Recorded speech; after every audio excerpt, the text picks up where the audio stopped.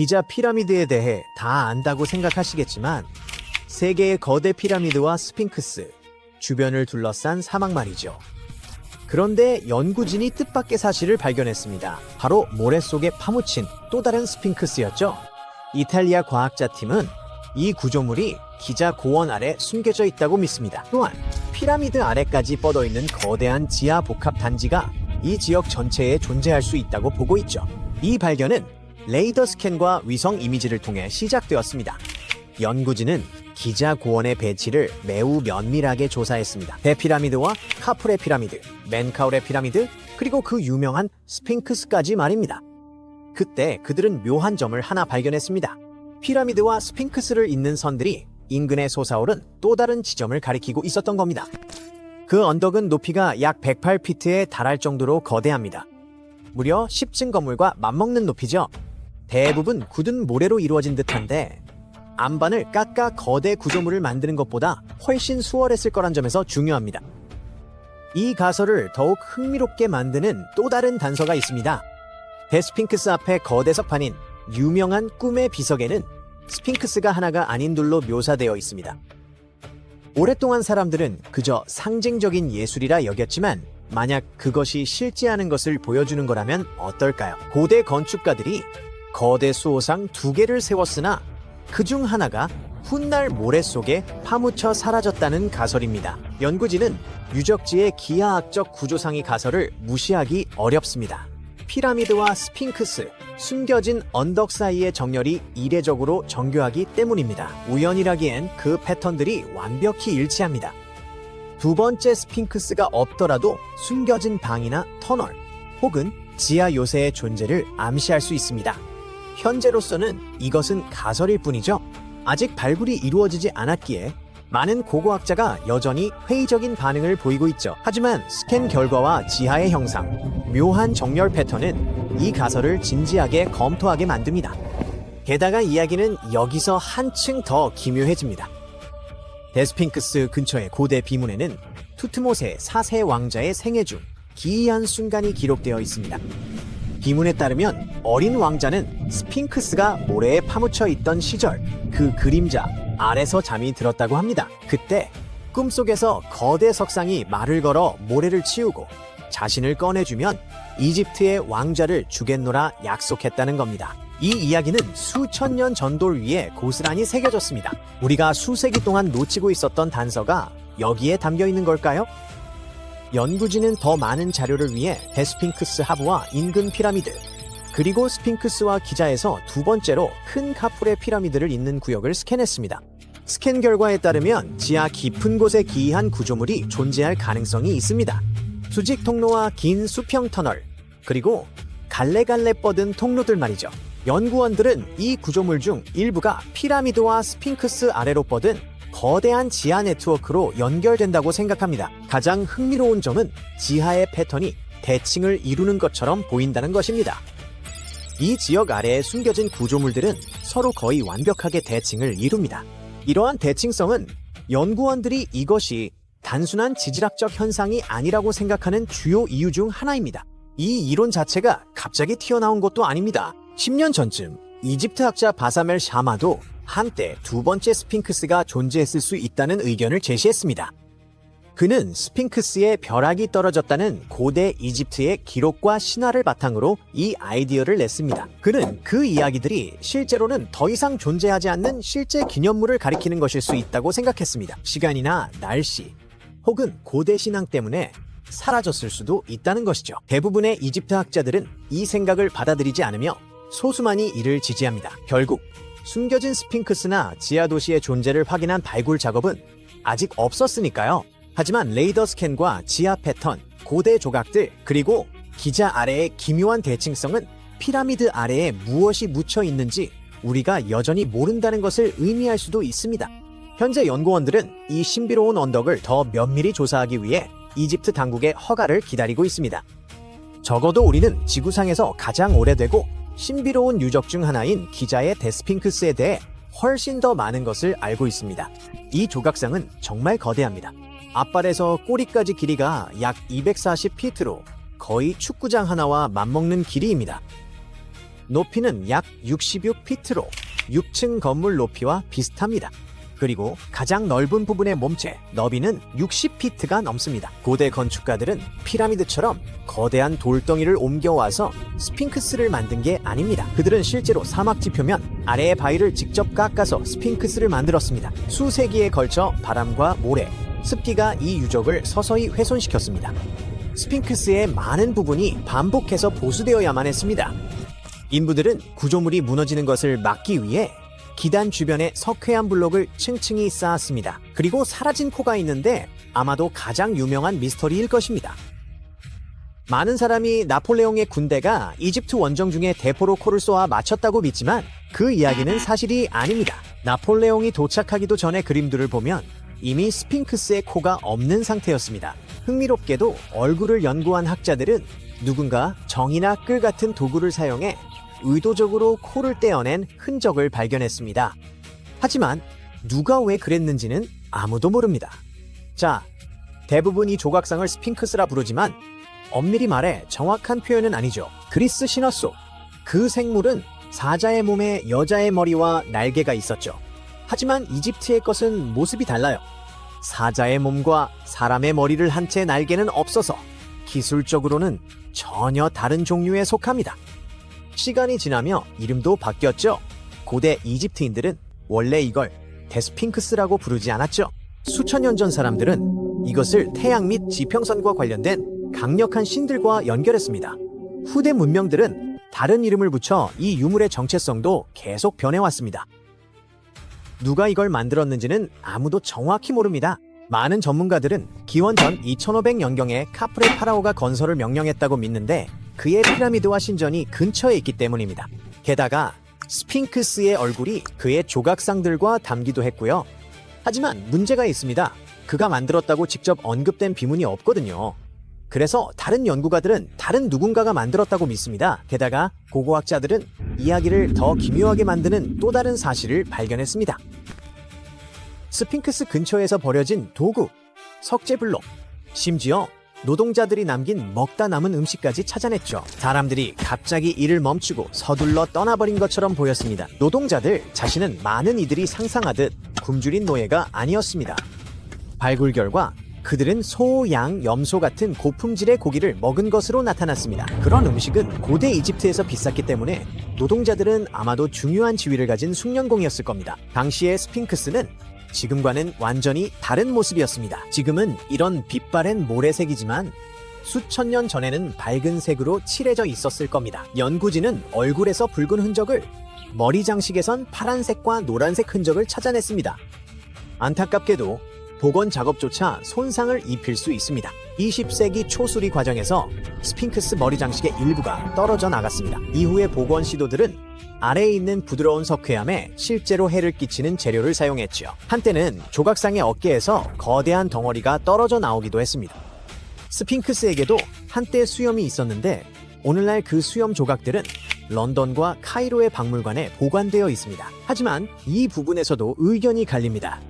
어떤 전문가들은 수염이 원래 조각상의 일부였다고 믿고 다른 이들은 수세기 후 복원 중에 추가되었다고 봅니다. 무시무시한 외형에도 이집트판 스핑크스는 사실 수호자였습니다. 흔히 알려진 사악하고 위험한 버전은 주로 그리스 신화 속 모습입니다. 고대 이집트인들은 스핑크스를 전혀 다르게 여겼습니다. 그들에게 그것은 힘, 보호, 그리고 신성한 권위를 상징했죠. 지구상에서 가장 탐사되지 않았고 신비로운 곳 중 하나가 바로 여기 있어요. 이것은 인류의 가장 장엄한 기념물 중 하나예요. 과학자들과 고고학자들이 아직도 풀지 못하는 비밀을 고대 세계의 경이로움이 숨기고 있죠. 이것은 이집트 기자의 대스핑크스예요. 사람 머리를 한 거대한 사자 조각상은 약 4,500년 전 바위에 조각되었어요. 과학자들은 아직도 그 정확한 제작 연대를 알지 못하며 누구를 위해 그걸 만들었는지도 몰라요. 여러 추측과 이론이 있지만 확인된 건 하나도 없어요. 대부분의 사람들은 사진으로 또는 실제로 이 장엄한 조각품을 본 적이 있겠지만 그 안에 뭐가 숨겨져 있는지는 거의 아무도 모르죠. 스핑크스 조각상은 하나의 석회암에서 조각되었어요. 그리고 칠해졌는데 표면에 남아있는 색소가 이걸 증명하죠. 먼 옛날 스핑크스는 우리가 지금 보는 것보다 훨씬 밝고 화려했어요. 하지만 수천 년이 지난 후에도 그 위대한 위신은 떨어지지 않았죠. 그나저나 스핑크스는 진짜 이름이 아니에요. 이게 만들어진 지 약 100년 또는 그 후에 그리스인들에 의해 지어졌어요. 처음에는 이집트인들은 그 조각상을 호렘 아케트라고 불렀어요. 스핑크스가 존재하는 데는 이유가 있다고 하는 전설과 이론이 많이 있어요. 파라오의 무덤과 고대 이집트의 비밀을 지키는 감시자 같다고 말이죠. 이 전설들은 고고학자들이 스핑크스 발 쪽에서 숨겨진 입구를 발견했을 때 더 그럴듯해졌어요. 그들은 이 비밀 통로가 보물이 있는 복도로 이어지는 터널의 시작이라고 믿었죠.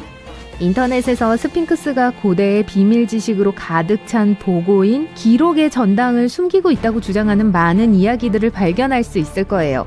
이 보고의 주요 유물 중 하나가 고대 신화 속 국가인 아틀란티스에 대한 기록인 걸로 추정돼요. 전설에 따르면 그 도시의 도서관 전체가 스핑크스 아래로 옮겨졌어요. 이 도서관의 입구는 스핑크스의 오른발 옆에 있을 거예요. 많은 고고학자들이 이 입구를 찾으려고 했지만 아무런 성과를 내지 못했죠. 또한 스핑크스 아래에 있는 터널과 방들의 망으로 구성된 지하 도시의 상세한 도표가 있는 많은 이미지들이 있었어요. 어떤 사람들은 지하에 12층 높이의 건물들이 숨겨져 있었다고 했어요. 하지만 이에 대한 증거는 없어요. 수천 년이 지난 후에도 고고학자들은 이 신비한 조각품을 계속 탐험하고 있어요. 동시에 많은 이집트인들은 스핑크스에 대해 더 알고 싶어 하지 않아요. 뭔가 초자연적인 걸 깨울까봐 두려워하고 있죠. 1998년 과학자들은 스핑크스 아래에서 빈 동굴로 통하는 터널을 발견했어요. 거기서 더 이른 발굴의 증거를 발견했어요. 누군가가 보물을 찾아서 가져갔을 가능성이 꽤 있어요. 어떤 사람들은 이집트인들이 알려지지 않은 첨단 기술의 힘을 가진 어떤 종류의 유물을 스핑크스 아래에서 발견했다고 믿고 있어요. 그 유물은 아주 강력해서 역사의 흐름을 바꿀 수 있죠. 물론 대부분의 이론들은 음모론 팬들의 동화 같은 이야기일 뿐이죠. 하지만 스핑크스가 동굴과 방 체계를 숨기고 있다는 건 확인된 사실이에요. 스핑크스를 둘러싼 소문이 너무 많아서 뭐가 진실이고 거짓인지 아는 게 불가능할 정도예요. 어쨌든 활발한 발굴로 조각상이 파괴될 수 있기 때문에 연구는 어렵고 위험해요. 그러면 지하실 입구가 바위에 막혀 영원히 유실될 수도 있죠. 또 추가적인 탐사는 많은 비용이 들고 자금 조달도 늘 쉬운 것은 아니에요. 하지만 주된 이유는 너무 위험해요. 사람들이 지하 미로에서 빠져나올 수 있다는 보장이 없어요. 이런 이유로 과학자들과 고고학자들은 이 장엄한 구조물을 오랫동안 탐험하고 있었어요. 비밀이 있는 또 다른 유명한 건축 기념물은 사우스 다코타에 있는 러쉬모어 산이에요. 바위에 새겨진 미국 대통령 얼굴의 이미지에 모두가 감탄하지만 아브라함 링컨 머리 뒤에 숨겨진 비밀의 방이 있다는 걸 아는 사람은 거의 없죠. 러쉬모어 산의 건축가는 바위에 이 나라 역사의 주요 단계에 대한 기록이 있는 판을 새기고 싶어 했어요. 하지만 그의 계획은 실행하기에 너무 복잡했어요. 그러다가 그는 산 안에 밀실을 짓는 훨씬 작은 규모의 공사를 제안받았죠. 취지는 이 지식을 보관해서 후손들이 나라의 역사를 항상 기억할 수 있도록 하는 것이었어요. 안타깝게도 건축가는 작품을 끝낼 시간이 없었어요. 공사는 수십 년 동안 중단되었어요. 하지만 90년대 후반에 이 프로젝트가 재개되었어요. 방에 미국의 역사를 묘사한 도자기 에나멜 판넬이 놓였어요. 그 판들은 그곳에 영원히 보관될 가능성이 있어요. 하지만 적어도 지금은 사람들이 그걸 볼 수 없어요. 그 방 안에 들어가는 것은 아주 어려워서 관광객들이 접근할 수가 없어요. 엠파이어 스테이트 빌딩에 또 다른 밀실이 있어요. 더 정확히 말하자면 방이 아니라 멋진 사진을 찍을 수 있는 곳이에요. 거의 모든 관광객들이 맨하튼의 멋진 전망을 즐기기 위해 86층 전망대로 모이죠. 하지만 102층에 파노라마 창문이 있는 다른 데크가 있어요. 그곳은 거의 아무도 모르기 때문에 사람들이 훨씬 적어요. 다행히 이 데크는 누구나 출입할 수 있어요. 사진을 찍기 위해 오래 줄을 서지 않아도 될 거예요. 사람이 거의 없는 비밀스러운 곳에 있어서 특별한 느낌이 들 거예요. 하지만 더 멋진 곳에 더 높은 103층에 있어요. 여기는 연예인들이 사진을 찍는 넓은 전망대예요. 공공장소는 아니지만 제대로 된 사람들을 알면 갈 수 있어요. 그곳에는 거의 아무런 보안 조치도 없어요. 여러분과 심연 사이에 낮은 난간만이 있을 뿐이죠. 그래서 많은 사람들이 이곳에 오는 게 금지되어 있어요. 거기까지 가는 게 그리 쉽지 않은데 가이드 없이는 성공하지 못할 거예요. 우선 그곳에 갈 수 있는 올바른 엘리베이터를 골라야 해요. 그러고 나서 파이프, 전기 패널, 그리고 다른 기술적인 것들이 가득 찬 여러 제어실을 지나가야 해요. 가는 길의 마지막은 작은 복도 안에 있는 계단이에요. 그렇게 여기 뉴욕 꼭대기에 왔어요. 이제 파리예요. 에펠탑 보이죠? 이 안에 식당과 전망대가 있어요. 하지만 열심히 노력하면 비밀 아파트를 찾을 수 있어요. 지금은 박물관이에요. 하지만 사람들이 살 수 있도록 지어졌었죠. 탑의 건축가인 구스타브 에펠은 1889년 자신을 위해 이 아파트를 만들었어요. 이건 거의 에펠탑 꼭대기에 있어요. 매일 그가 얼마나 아름다운 광경을 봤을지 상상해보세요. 그는 최초이자 유일한 세입자였죠. 아무도 이 장소에 접근할 수 없었어요. 건축가가 세상을 떠났을 때 아파트는 오랫동안 비어 있었어요. 최근에서야 그걸 복원해서 박물관으로 만들었죠. 안에는 지난 세기의 시대가 재현되어 있어요. 심지어 방에 구스타브 에펠, 그의 딸, 그리고 미국인 발명가 토마스 에디슨 밀랍 인형까지 넣어두었어요. 이곳은 끝없는 승객들, 지각한 회사원들, 다른 도시에서 온 방문객들, 소음, 열차의 기적 소리로 가득 차 있어요. 뉴욕의 그랜드 센트럴역에는 이 모든 소리 중에서 공이 라켓에 부딪히는 소리를 들을 수 있어요. 제대로 된 곳에 있다면 말이죠. 진짜 테니스 코트가 뉴욕 센트럴역 안에 숨겨져 있거든요. 이것은 많은 회사 직원들을 위해 회사 경기를 주선하는 테니스 클럽의 소유예요. 이 클럽은 60년대에 오픈했어요. 이제 런던 차링 크로스로드로 이동할게요. 여기선 비밀 장소 하나 찾기도 쉽지 않아요. 이걸 위해선 발을 주의 깊게 볼 필요가 있어요. 아스팔트에 있는 이 하수구역자 보이시나요? 그 안에 리틀 콤턴 스트리트라는 이름의 2개의 표지판을 볼 수 있을 거예요. 네, 바로 아래에 또 다른 길이 있어요. 이것은 19세기 말의 모든 지도에서 사라졌어요. 차링 크로스 로드가 그 위에 지어졌죠. 여러분이 보는 식별기호는 오래된 엔지니어링 터널의 일부예요. 런던에는 또 다른 흥미로운 곳이 있어요. 트라팔가 광장의 남동쪽에 있죠. 언뜻 보기엔 두꺼운 가로등 기둥 같아 보여요. 하지만 주변에 돌아다니는 관광객들이 너무 많아요. 가까이 가서 보니 한 사람은 쉽게 기둥 안에 들어갈 수 있겠네요. 이 가로등 기둥은 전기 기사가 아니라 경찰관 소유예요. 네, 이건 세계에서 가장 작은 경찰서예요.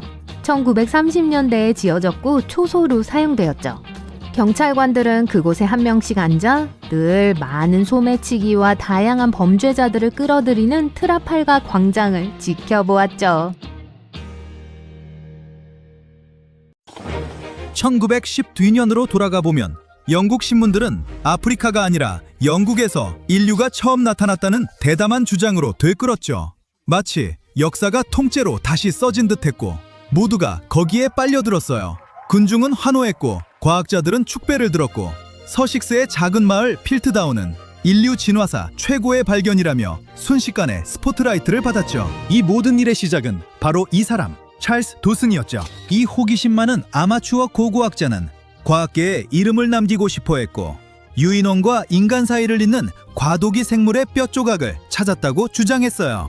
도슨은 자연사 박물관에 존경받는 지질학자 아서 스미스 우드워드와 손잡고 두개골과 치아, 심지어 원시 도구 조각까지 모아 맞추기 시작했죠. 그들은 그 발견을 지질학회에서 필트다운인이라 이름 붙여 공개했고 수십 년 동안 모두가 믿었어요. 교과서는 인류 진화를 그에 맞춰 다시 쓰였고 한 세대 또 한 세대가 그것을 진실로 외웠죠. 하지만 반전이 있었어요. 1949년에 유물 나이를 정밀하게 재는 새 기술이 등장하자 계산이 맞지 않았죠. 검사 결과 두개골은 수십만 년 전이 아니라 약 5만 년쯤 된 것으로 나왔고 거기서 더 큰 충격이 이어졌어요. 두개골과 아래턱은 아예 같은 종이 아니었거든요. 누군가 인간의 두개골에 유인원, 아마 오랑우탄의 턱뼈를 짜깁기 해놓은 거였죠. 더 끔찍한 건 치아를 사람처럼 보이게 갈아내고 주변 자갈색과 맞추려고 뼈 조각에 착색까지 했다는 사실이에요. 프랑켄슈타인식 화석과 그 제작자는 인류 퍼즐에 빠진 조각을 찾았다는 환상을 온 세상에 심어버렸죠. 덕분에 도스는 과학사에 이름을 남겼지만 그가 바라던 방식은 아니었을 겁니다. 그리고 그가 유일한 것도 아니었어요. 어떤 이는 돈 때문에, 어떤 이는 명성을 쫓아 이런 짓을 했죠. 19세기 말 파리에서는 박물관들이 고대 유물을 마치 트레이딩 카드 모으듯 사들였어요. 고대 스키타이 왕 시테페른의 것이라며 시장에 나타난 눈부신 금 티아라를 루브르는 꼭 손에 넣고 싶어 했죠. 숨막히게 정교하고 위풍당당해 군주에게 딱 맞아 보였거든요. 박물관은 거금을 방당히 지불하고 고대 장인의 걸작이라며 전시했어요. 그런데 비극이 찾아옵니다. 몇 년 뒤 오데사의 한 야무진 금세공인이 루브르의 영광스런 소식을 읽고는 폭소를 터뜨렸거든요. 그 티아라를 단번에 알아본 이유요.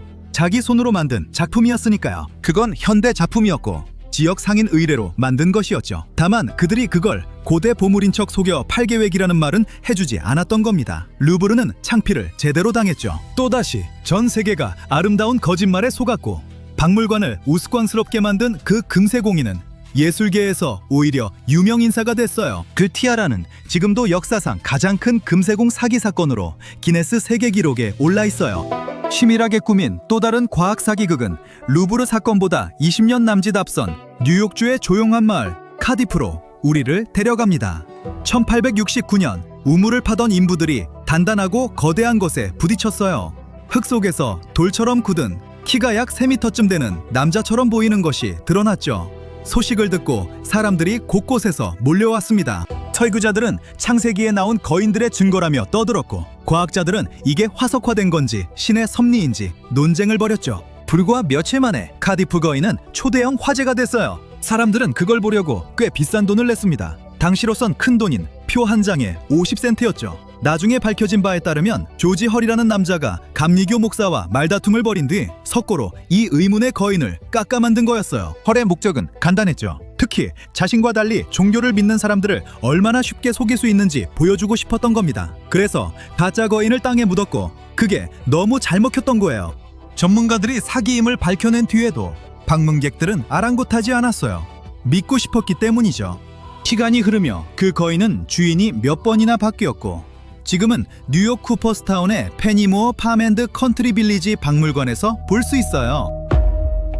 자, 박물관 얘기가 나온 김에 빛을 받으면 반짝이는 수정 해골을 본 적 있을 거예요. 메소아메리카 사원의 성스러운 유물이라며 전시되곤 하죠. 인디아나 존스 영화에 나온 고대 아즈텍의 힘이나 심지어 외계의 에너지가 깃들었다는 그 해골 말이에요. 그래서 여러 박물관이 당당히 전시했지만 대형 박물관과 스미스소니언의 연구자들이 면밀히 조사하자 신화는 산산이 깨졌습니다. 고대 장인들이 쓸 수 없었던 현대식 회전 공구와 연마제로 깎아 만든 흔적이었던 거죠. 한마디로 누군가 19세기나 20세기에 현대 기계로 만든 뒤 세상을 속인 겁니다. 신들의 메시지도 우주에서 온 고등 존재도 아니었고 사람들을 고대의 초능력을 믿게 만든 아주 그럴듯한 장식품에 불과했어요. 그럼 몇십 년을 훌쩍 건너뛰어 비교적 최근으로 가볼까요? 1960년대 예일대학교가 세계사를 다시 쓸지도 모를 발견이라며 북아메리카의 빈란드라고 적힌 15세기 지도를 공개했어요. 그 말은 콜럼버스보다 훨씬 전에 바이킹이 미주를 지도에 옮겼다는 뜻이었죠. 신문 헤드라인은 자극적이었어요. 유럽이 미주를 알기도 전에 탐험가들이 얼음바다를 건너 한 세기 앞서 항해했다는 낭만적 상상이었죠. 하지만 뭔가 맞지 않았습니다. 양피지는 대체로 중세가 맞았지만 잉크는 아니었거든요. 수십 년에 걸친 분석 끝에 잉크에서 이산화티타늄이 검출됐어요. 이 물질은 20세기에 개발된 안료죠. 2025년에 예일은 빈란드 지도가 오래된 양피지 위에 그려놓은 현대 위조품이라고 최종 확인했어요. 바이킹의 천재성을 입증한 게 아니라 한쪽에선 인간의 교묘함을, 다른 쪽에선 쉽게 설득되는 우리의 성향을 보여준 사례였던 거죠. 설득 얘기가 나왔으니 말인데, 내셔널 지오그래픽처럼 믿음직한 매체가 공개한 건 그냥 믿어도 된다고 생각하잖아요. 그런데 1999년 그들이 공룡과 새의 간극을 잇는 결정적 화석을 발견했다고 발표했어요. 이름하여 아르케오랩터, 진화의 상식을 뒤바꿀 거라 했죠. 그 화석은 중국에서 왔고 겉보기엔 완벽했어요. 공룡의 꼬리, 새 같은 날개, 비행 진화를 들려주는 듯한 뼈들이었죠. 하지만 곧 고생물학자들 사이에서 수군거림이 시작됐습니다. 뼈들이 영 맞지 않았던 거예요. CT 스캔이 진실을 드러냈죠. 서로 다른 종의 부분들을 글자 그대로 접착제로 이어붙인 조리품이었어요. 한 화석에서 떼온 공룡의 꼬리, 다른 화석에서 가져온 새의 몸통. 누군가 값을 더 올리려고 화석을 프랑켄슈타인처럼 짜깁기 한 겁니다. 특히 내셔널 지오그래픽에 큰 타격이었죠. 온 세계가 믿고 싶어 했던 가짜에 기대어 한편의 거대한 이야기를 쌓아 올렸으니까요. 자, 20세기 내내 하이테크가 발전했으니 이런 과학 사기극은 다 옛일이라고 생각한다면 깜짝 놀랄 이야기 하나 더 있어요. 2020년 워싱턴 DC에 있는 성경박물관이 충격적인 고백을 했습니다. 자랑하던 사해 두루마리 단편 16조각이 모두 현대 위조였다는 거예요. 2000년 된 성물이라 믿고 거액을 주고 사들였지만 실상은 옛 가죽 위에 현대 잉크로 그려넣은 것이었죠.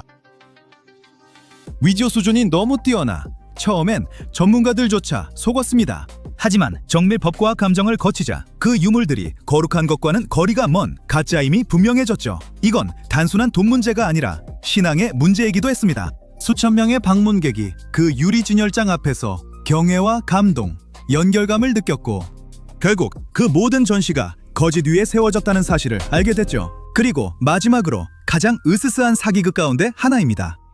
2000년 파키스탄에서 26살 페르시아 공주 크세르크세스의 딸이라고 주장하는 미라가 모습을 드러냈어요. 금장된 석관에 금빛 옷을 두르고 있었고 얼굴은 섬뜩할 만큼 잘 보존돼 있었죠. 고고학자들은 충격을 받았지만 어딘가 이상했어요. CT 스캔과 언어 분석, 방사성 탄소연대 측정이 끔찍한 진실을 밝혔습니다. 그 미라는 고대가 아니었어요. 현대의 여성이었고 누군가 생명을 앗아간 뒤 가짜 유물로 팔려고 미라로 만든 흔적이 보였죠. 정말 소름. 흥부는 하룻밤새 비극으로 뒤바뀌어 많은 이들의 마음을 무너뜨렸습니다. 왕가의 기적일 줄 알았던 사건은 결국 인간의 범죄, 또 하나의 거짓으로 드러났어요. 이 모든 이야기의 공통점은 하나, 바로 희망이에요. 사람들은 믿고 싶어 합니다. 과거를 만지고 더 큰 무엇과 이어지는 증거를 찾고 싶어 하죠. 잃어버린 고리를 찾는 과학자든, 명성을 원하는 박물관이든, 신앙의 표징을 찾는 이들이든 우리 모두는 경의를 갈망해요. 역사는 사기꾼들로 가득하고 때로 우리 모두를 속였던 가짜에서 가장 근사한 이야기들이 탄생합니다. 여러분은 아이슬란드 음식 박람회에 있는데 그걸 처음으로 직접 보게 돼요. 화산빵이에요. 한 조각을 먹는데 이상하게도 진짜로 맛있어요. 이게 어떻게 되는지 확실하지 않아서 여러분은 빵 굽는 과정을 살펴봐요. 여기 부엌 정말 이상하게 생겼는데요. 저만 그런가요? 빵 굽는 곳이 자연, 특히 온천이 있는 들판에 있어요. 땅에서 출렁이는 뜨거운 증기에 화상 입지 않게 발밑을 조심하는 게 좋을 거예요. 지금 지역 제빵사가 전통 호밀빵 레시피를 여러분에게 공유해요. 호밀가루 확인, 이스트 확인, 그걸 모두 섞어서 금속 냄비에 부어요. 다음은 구울 냄비를 놓을 구멍을 파는 거예요. 땅에서 물이 끓어나온 걸 볼 수 있을 때까지 약 40cm 정도 땅을 파요. 만약 현지인처럼 하고 싶다면 손가락으로 수온을 확인하면 돼요. 이런, 뜨거워요. 사실 땅은 용암에 의해 가열되고 있어요. 아이슬란드는 한 번에 30개 이상의 활화산이 있는 세계에서 가장 화산 활동이 많은 지역 중 하나예요. 빵을 화산성 토양에 묻은 후 거기에 두고 준비될 때까지 24시간을 기다려요. 다음날 빵이 완전히 구워졌고 아주 맛있어요. 그리고 제일 좋은 점은 여러분이 방금 고대 아이슬란드의 전통에 참여했다는 거예요. 사람들은 적어도 1800년대부터 이걸 해왔어요. 여러분이 박물관에서 일하는 첫날이고 맡은 임무가 투탕카멘의 마스크를 청소하는 거라고 상상해 봅시다. 청소도구를 챙겨서 그리고 이럴 수가. 방금 여러분이 투탕카멘의 수염을 부러뜨렸어요. 누구에게도 이런 일이 일어나지 않길 바래요. 하지만 이건 사실 실화예요. 2014년 이집트 박물관의 한 직원이 투탕카멘의 마스크에 턱 수염을 쳐서 떨어뜨리고 아무도 눈치채지 못하길 바라면서 다시 붙였어요. 이 마스크는 1922년에 발견되었고 우리 인류 문명의 10대 상징 중 하나로 여겨지고 있어요. 그리고 이 이야기의 제일 좋은 부분이요. 2016년이 되어서야 역사가들이 이 형편없는 접착제를 발견했어요. 그래서 만약 여러분이 2004년과 2016년 사이에 박물관을 방문했다면 접착제로 붙여진 턱수염을 봤을 거예요. 제가 사하라라고 하면 뭐가 떠오르나요? 무한한 사막의 풍경, 맞죠? 과학자들에 의하면 사하라가 늘 사막인 건 아니라고 해요. 때때로 녹색이 돼요. 하지만 이건 아마 평생 보지 못할 거예요. 만년마다 사하라 사막은 모래가 무성한 녹색 초목과 반짝이는 호수에 자리를 내주는 습한 시기를 거쳐요. 이건 전 세계의 다양한 날씨 패턴에 영향을 미치는 지구 축의 기울기 때문에 발생해요. 여러분 열대우림에 둘러싸인 스핑크스를 상상할 수 있나요? 정말 놀랍죠? 그리고 사하라 이야기가 나왔으니 말인데요. 여러분이 기원전 1800년으로 거슬러 올라갔다고 칠게요. 만약 시간을 잘 맞췄다면 여러분 다슈르시에 있는 소위 검은 피라미드의 건설을 볼 수 있을지도 몰라요. 이건 유명한 기자의 피라미드가 아니지만 마지막 안식처라는 비슷한 목적을 취하고 있어요. 1892년 그 지역을 발굴하던 고고학자들은 수세기 동안 사라졌었던 검은 피라미드의 중요한 부분을 발견했어요. 작은 피라미드로 불리는 벤벤은 고대 이집트 피라미드의 끝이었어요. 벤벤은 보통 석회암으로 된 고체 덩어리로 이루어졌어요. 대부분은 금으로 덮였고 매일 태양으로부터의 첫 번째 광선을 반사했어요. 누가 타임머신 좀 가져와 줄래요? 아주 매운 걸 먹었을 때 볼이 빨개졌던 걸 기억하나요? 분명 그 일이 새들에게도 일어날 수 있어요. 예를 들어 카나리아는 고추를 먹은 후에 색을 바꿀 수 있어요. 이 새들은 먹이에 따라 색조를 바꿀 수 있는 특별한 색소를 갖고 있어요. 그래서 만약 노란 카나리아가 빨간 고추를 먹는다면 주황색이나 빨간색으로 변할 수 있어요. 돌이 스스로 땅에서 움직일 수 있을까요? 캘리포니아 레이스트랙 플라야를 방문한다면 그런 인상을 받을 수 있어요. 이 장소는 건조한 호수 바닥이고 세계에서 가장 이상한 현상 중 하나인 소위 항해하는 돌의 본거지예요. 혼자 돌아다니면서 460m나 되는 흔적을 남기는 45kg짜리 바위를 생각해보세요. 1900년대에 발견되었고 최근까지 이게 이동하는 동안 현장에 있을 만큼 운 좋았던 사람은 없었어요. 많은 관찰과 연구 끝에 과학자들이 이 미스터리를 풀게 된 건 2014년이에요. 항해하는 돌은 바람, 얼음, 물의 완벽한 균형 덕분에 나타난 거예요. 비가 올 때 땅에 떨어진 물이 얼어서 지면의 얼음막을 형성해요. 바람이 불면 바위들은 호수 바닥을 따라 항해하면서 쉽게 밀려가요. 하지만 레이스트랙 플라야를 방문한다면 바위들을 건드리지 마세요. 프랑스 서부 해안에 여러분은 아일랜드 레 섬으로 알려진 휴양지 명소가 있을 거예요. 경치가 좋은 풍경과 아름다운 해변을 찾는 관광객을 끌어들이지만 이걸로만 유명한 게 아니에요. 그곳에서는 두 개의 다른 파도 패턴이 서로 충돌할 때 생겨나는 놀라운 현상이 일어나요. 교착 해면이라고 불리는 거예요. 마치 바다가 수백 개의 정사각형으로 나뉘어진 바둑판 같아 보여요. 그리고 아니요, 이건 착시 현상이 아니에요. 교착 해면은 다른 성질의 물이 만나는 곳에서만 발생해요. 여행객이 레에서 교착 해면을 본다는 건 아마도 근처에 다른 바다에 폭풍이 있다는 걸 의미할 거예요. 이 폭풍 우치는 물은 해류의 도움을 받아 이동해 레의 물과 만나 이 이상한 모양의 역조를 만들어내요. 그리고 이 섬과 이스라엘을 제외하고 이걸 볼 수 있는 곳은 이 세상 어디에도 없어요. 다음 장소는 여러분을 소름 돋게 하거나 그 이상함에 경탄하게끔 만들어요. 여러분이 방문하는 시간에 따라 다를 거예요. 폴란드의 그리피노라는 작은 마을 옆에 여러분은 아주 특이한 광경을 발견하게 될 거예요. 각각의 나무들의 밑부분이 구부러져 있는 소나무 숲이에요. 낮에 거길 방문한다면 여러분이 이 나무들의 예리한 90도 곡선에 매료될 거예요. 예를 들어 소풍을 가기로 했다면 그 그 나무 몸통을 의자로 쓸 수도 있을 거예요. 하지만 밤에 현장을 방문하는 건 여러분을 오싹하게 만들 거예요. 옅은 안개가 주위를 맴돌면서 숲을 달갑지 않은 곳으로 만들어요. 나무들이 왜 그런 형태로 있는지 과학으로는 아직 설명하지 못해요. 자, 여러분은 낮에 방문할 건가요? 아니면 밤에 방문할 건가요? 하이킹을 갔다가 갑자기 큰 안개구름을 만났어요. 이게 여러분의 사진 촬영을 망칠 수도 있지만 여러분이 바랄 수 있는 게 한 가지 있어요. 안개 낀 날은 흰 무지개로 달려져 있는 안개 무지개라고 불리는 현상이 일어나기에 완벽한 조건이에요. 이건 0.05mm보다 작은 안개를 일으키는 수많은 작은 물방울 때문에 일어나요. 그래서 다양한 색의 무지개 대신 빨간색의 바깥쪽 가장자리와 푸르스름한 안쪽 가장자리가 있는 투명한 무지개가 생기죠. 이제 여러분이 유럽의 작은 마을을 배회하고 있다고 합시다. 100년 된 건물들과 좋은 여름 날씨를 감상하고 있어요. 배가 고파져서 친구가 추천한 식당 이름을 구글맵에 입력하기로 해요. 아, 걸어서 10분 거리에 있네요. GPS의 파란 점을 따라 목적지에 도착해요. 빠르고 쉽네요. 우리 모두 이 무료 기술을 사랑하잖아요. 그쵸? 하지만 만약 이걸 작동시키는 인공위성을 유지하기 위해서 미국이 매일 27억 원 이상을 지출하고 있다고 말한다면요? 네, 그 가격 맞아요. 그리고 이를 실행하기 위해 16조 원 이상을 지출해요. 천연 눈덩이라고 불리는 것에 대해 들어본 적 있나요? 이건 자연이 정말 완벽하다는 증거가 될 수 있어요. 2016년 시베리아 북서쪽에 있는 오브만의 해변이 거대한 눈덩이로 가득 찼었어요. 직경이 최대 1m인 공들을 상상해보세요. 이 드물지만 아름다운 자연현상은 작은 얼음 조각이 강한 바람과 물에 의해 굴러갈 때 일어나요. 더 멀리 구를수록 더 많은 얼음이 모여 얼음이 더 많이 닿게요.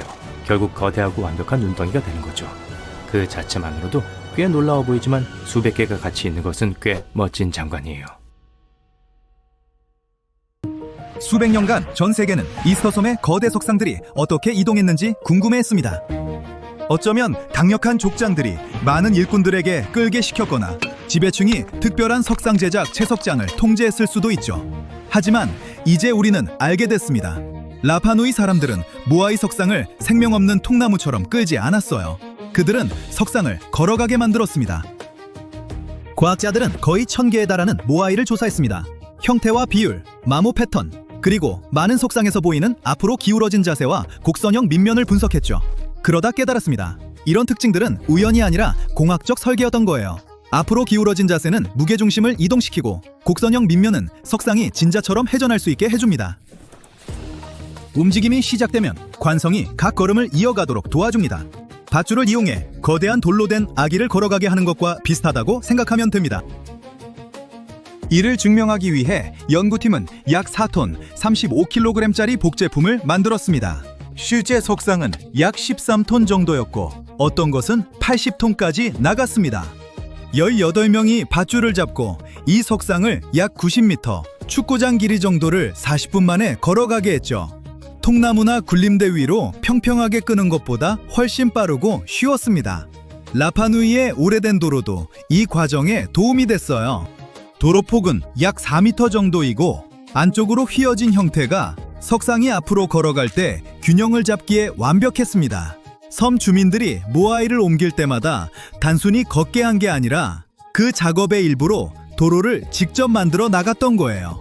오늘날 섬의 풍경을 보면 이런 길들이 서로 교차하고 때로는 대체 경로처럼 나란히 달리는 것을 볼 수 있습니다. 고대 일꾼들은 아마 땅을 정미하고 석상을 조금 옮기고 또 조금 더 정미한 다음 특정 리듬에 맞춰 다시 앞으로 흔들었을 겁니다. 석상을 옮기는 시간만큼이나 도로를 준비하는데도 많은 시간을 들인 것 같습니다. 그래서 고대 라파누이 사람들은 수천 명의 일꾼이나 현대 기계가 필요 없었어요. 오직 창의력과 리듬, 팀워크, 그리고 영리한 설계만으로 해냈습니다. 이동 방법만이 모아이의 유일한 미스터리는 아니었어요. 석상이 중요한 족장들을 기리기 위한 것이라는 건 알려져 있었지만 왜 그 특정 장소에 세웠는지는 아무도 설명하지 못했습니다.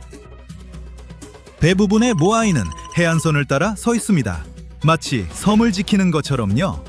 그래서 과학자 팀이 그 위치들을 자세히 살펴봤고 답은 바로 물이었습니다. 이스터 섬의 화산 토양은 매우 다공성이라 빗물을 빠르게 흡수합니다. 그래서 강이나 개울이 충분하지 않았고 섬은 담수가 매우 부족했어요. 수백 년 전 사람들은 지하수 용출 덕분에 생존했습니다. 대수층이라 불리는 암석이나 토양 깊숙이 저장된 물이 결국 스스로 지표면으로 올라오는 거죠.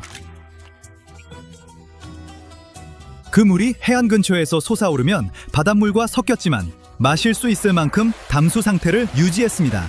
주민들은 바로 그 해안 지점에서 물을 모았고 그곳이 정확히 모아이를 세운 장소였어요. 단순히 해안선을 장식한 게 아니라 섬에서 가장 중요한 담수 원천을 표시한 거였습니다. 대부분의 모아이 몸체는 화산 응해암으로 만들어졌는데 조각하기 쉬운 부드러운 돌이에요. 대부분의 석상은 고대 화산 안에 있는 하나의 채석장에서 조각됐습니다. 2023년 10월 산불이 채석장을 휩쓸었고 라파누이를 아끼는 모든 사람들이 이 유적지가 미래의 재난에서 살아남을 수 있을지 정말 걱정했습니다. 그래서 다음해 1월에 과학자팀이 도착했을 때 지역 공동체 단체가 혹시 또 다른 화재가 영구적으로 손상시킬 경우를 대비해 채석장을 기록해달라고 요청했습니다. 지리학자들은 기꺼이 수락하고 채석장 위로 약 30회의 드론 비행을 실시했습니다. 비행을 거듭하며 놀라운 22,000장의 사진을 수집했습니다. 그 후 몇 달 동안 컴퓨터 소프트웨어로 이 이미지들을 처리해 모든 조각을 하나의 초정밀 3차원 모델로 합쳤습니다. 이제 전 세계 누구나 이스터 섬에 발을 딛지 않고도 가장 중요한 채석장 중 하나인 라노 라라쿠를 탐험할 수 있습니다. 물론 3차원 모델은 단순한 온라인 투어 플랫폼이 아닙니다. 연구팀은 채석장 내에 여러 작업장이 있었고 조각 기법이 장소마다 달랐다는 걸 발견했어요. 한 명의 족장이 방법을 지시한 게 아니라 각 장소가 특정 가문과 연결된 독자적인 작업장처럼 운영됐던 거죠. 이것은 모아이가 예전에 믿었던 것보다 훨씬 적은 인원으로 움직일 수 있었다는 또 다른 증거일 수 있습니다. 아마 20명에서 50명 정도였을 거예요. 이스터 섬에서 대가족이나 작은 혈통 집단의 규모와 비슷하죠. 대부분의 석상은 등을 대고 누운 상태에서 위에서 아래로 조각됐습니다. 가장 흔한 방법에서 조각가들은 먼저 얼굴에 집중해 눈, 코, 입을 만든 다음 그 특징들 주위로 머리와 몸의 눈각을 조각했습니다. 두 번째 방법은 순서가 반대였어요. 먼저 전체 돌덩이를 모아이의 기본 형태로 조각하고 세부 사항은 나중에 추가했습니다.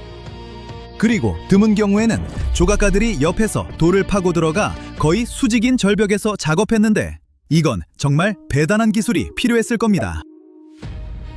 연구자들이 1000개가 넘는 모아이를 지도에 표시하고 모두 알았다고 생각했을 때 섬이 예상치 못한 걸 던졌습니다. 2025년 아무도 예상하지 못한 마른 호수바닥 한가운데서 또 다른 석상이 나타났어요. 호수바닥에서 발견된 최초의 석상이었고 마지막이 아닐 수도 있습니다. 적어도 200~300년 동안 그 호수는 거의 3m 깊이였기 때문에 인간이 바닥에 석상을 세우거나 놓는 건 불가능했을 겁니다. 과학자들은 이 모아이가 500년 이상 됐다고 생각합니다. 아마 이것을 만든 라파누이 사람들이 과거에 호수가 말랐을 때 석상을 여기로 가져왔을 거예요. 새로 발견된 석상은 약 1m 60cm 정도로 섬의 다른 석상들보다 작았습니다. 이 지역이 계속 건조해지면서 호수 바닥이 얼마나 오랫동안 숨겨왔는지 모를 것들을 드러내기 시작했습니다. 수세기 동안 호수 위로 자란 빽빽한 갈대 아래에 더 많은 석상이 숨어 있을 수 있습니다. 이제 물이 빠졌으니 과학자들은 지하 탐지 도구를 사용해 표면 아래 묻힌 것을 감지할 수 있을 겁니다. 연구자들이 석상을 계속 연구하고 미스터리를 풀어가는 동안 자연은 그들에게 불리하게 작용하고 있습니다. 새로운 연구에 따르면 2080년까지 계절성 파도가 내륙 깊숙이 밀려와 이스터 섬의 거대한 모아이 석상 일부를 칠 수 있다고 합니다. 이돌 거인들은 모든 것을 견뎌왔습니다. 혹독한 태양, 끊임없는 바람, 쏟아지는 비, 표면을 천천히 기어가는 이끼, 심지어 산불까지요. 하지만 해수면 상승이 이미 섬 해안을 위협하고 있고 모아이는 이제 그 어느 때보다 큰 위험에 직면해 있습니다. 연구자들은 섬 남동쪽 해안에만을 초정밀 디지털 모델 디지털 트윈으로 구축했습니다. 다양한 해수면 상승 시나리오가 파도의 움직임을 어떻게 바꾸는지 보기 위해 수많은 시뮬레이션을 실행했죠. 시뮬레이션 결과 2080년까지 파도가 이 유적지의 15개 모아이에 도달하기 시작할 수 있고 섬에서 가장 유명하고 많이 촬영되는 석상들이 침수될 수 있다고 나타났습니다. 이곳은 큰 의뢰단상 위에 있고 라파누이의 거의 모든 모아이 장소 중에서 가장 많은 방문객을 끌어들입니다. 그리고 위험은 거기서 끝나지 않아요. 근처에 수십 개 다른 중요한 문화 유적도 위험에 처해 있습니다. 고대 주거지, 돌에 새겨진 암각화, 매장지, 오래된 돌정원, 기본적으로 라파누이 문화 역사의 물리적 기억 전체가요.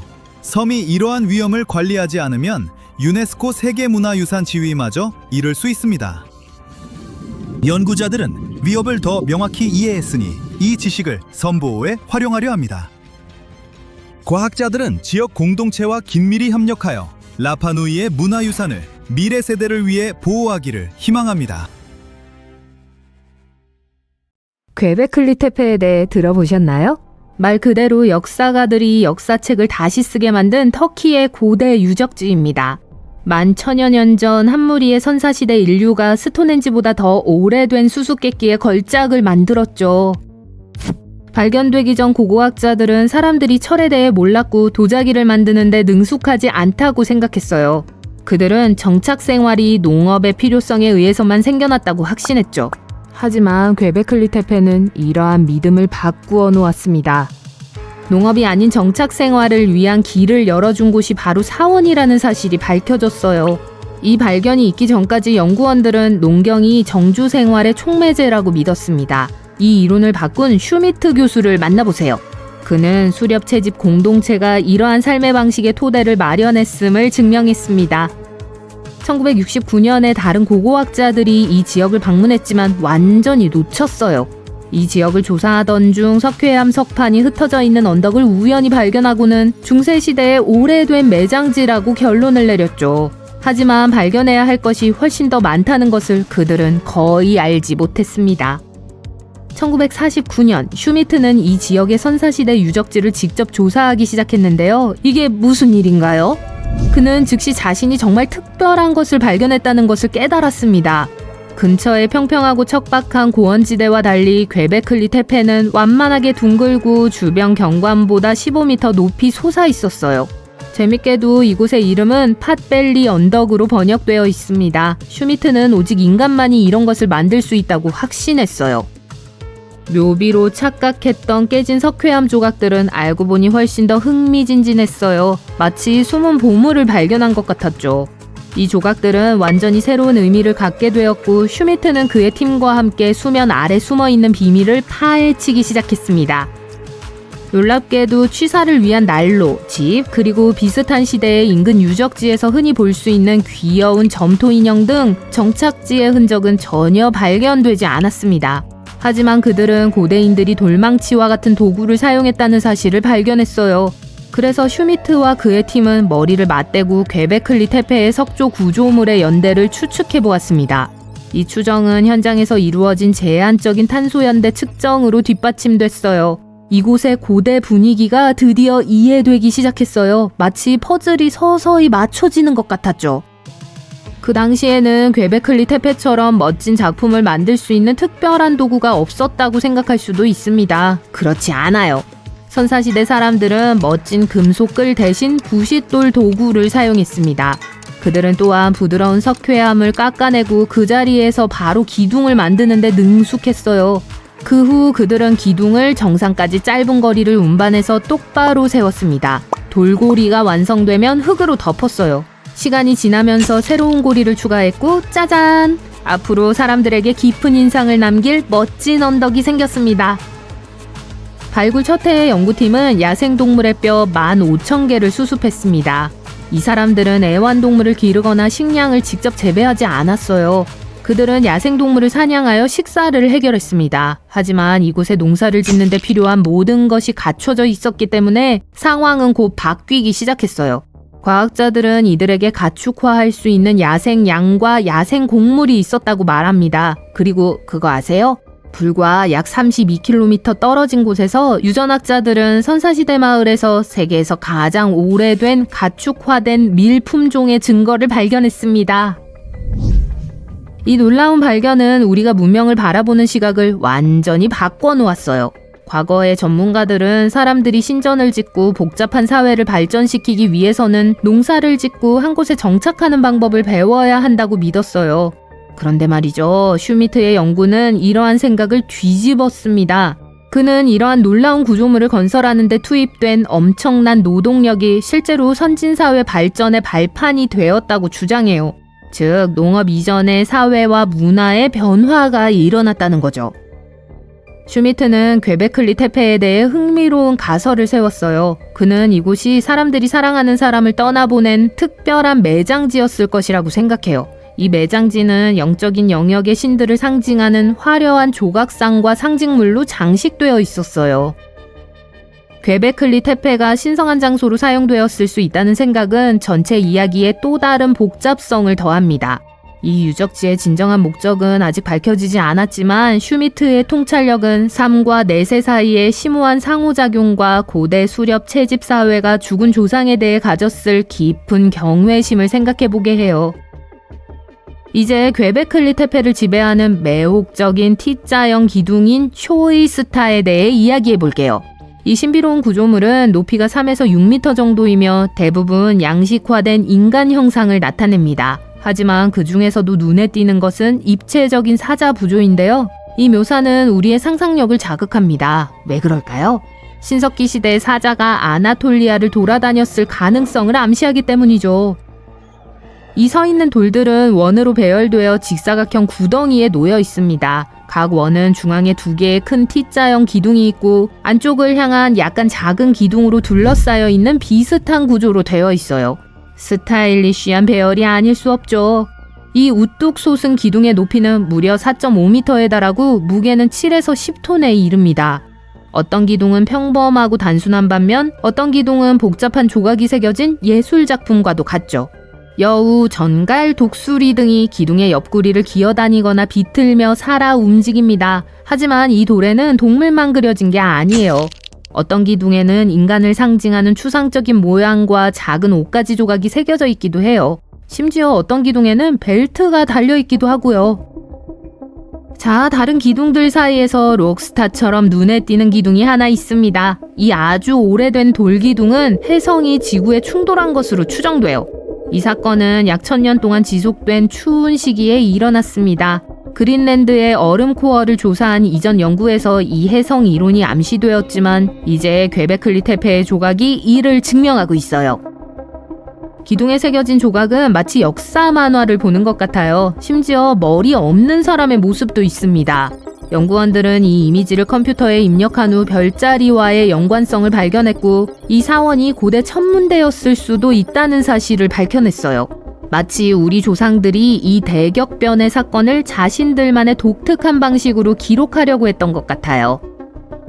고고학자들은 90년대 중반부터 퀘베클리 테페를 발굴하고 연구하면서 역사의 층 위를 벗겨내고 다양한 요소 사이의 복잡한 관계를 더 깊이 이해할 수 있게 되었습니다. 그들은 앞으로 150년 동안 이 모든 과정을 멈출 계획이 없어요. 그들이 또 뭘 발견할지 누가 알겠어요. 퀘베클리 테페는 생활활동의 흔적이 전혀 없는 제의 장소로만 분류되어 왔습니다. 물이 없기 때문에 반정주형 공동체를 지탱할 수 없다고 믿어왔죠. 하지만 이제 과학자들도 생각을 바꾸고 새로운 시각으로 퀘베클리 테페에 접근해야 할 때라고 생각돼요. 이전에 믿었던 것에 의문을 제기하고 새로운 증거와 다른 사고방식을 사용해야 할 때예요. 예를 들어 이 지역에 항상 한 곳에 머물지 않았던 사람들이 있었을 수도 있어요. 그들은 약간의 이동을 했지만 여전히 그들만의 문명을 가지고 있었고 반정주적으로 그 지역에 살았습니다. 퀘베클리 테페는 단순히 하나의 사원이 아니라 20개가 넘는 고대 건축물이 모여있는 놀라운 곳이에요. 고고학자들은 이 경이로움의 깊이를 파헤치면서 각 시설의 중심부에 2개의 눈에 띄는 초점이 있고 작은 구조물과 벽으로 구분된 독특한 레이아웃을 밝혀내고 있습니다. 더 놀라운 건 이 지역에는 좁고 가늘어지는 기념물인 오벨리스크가 200개가 넘는다는 사실이에요.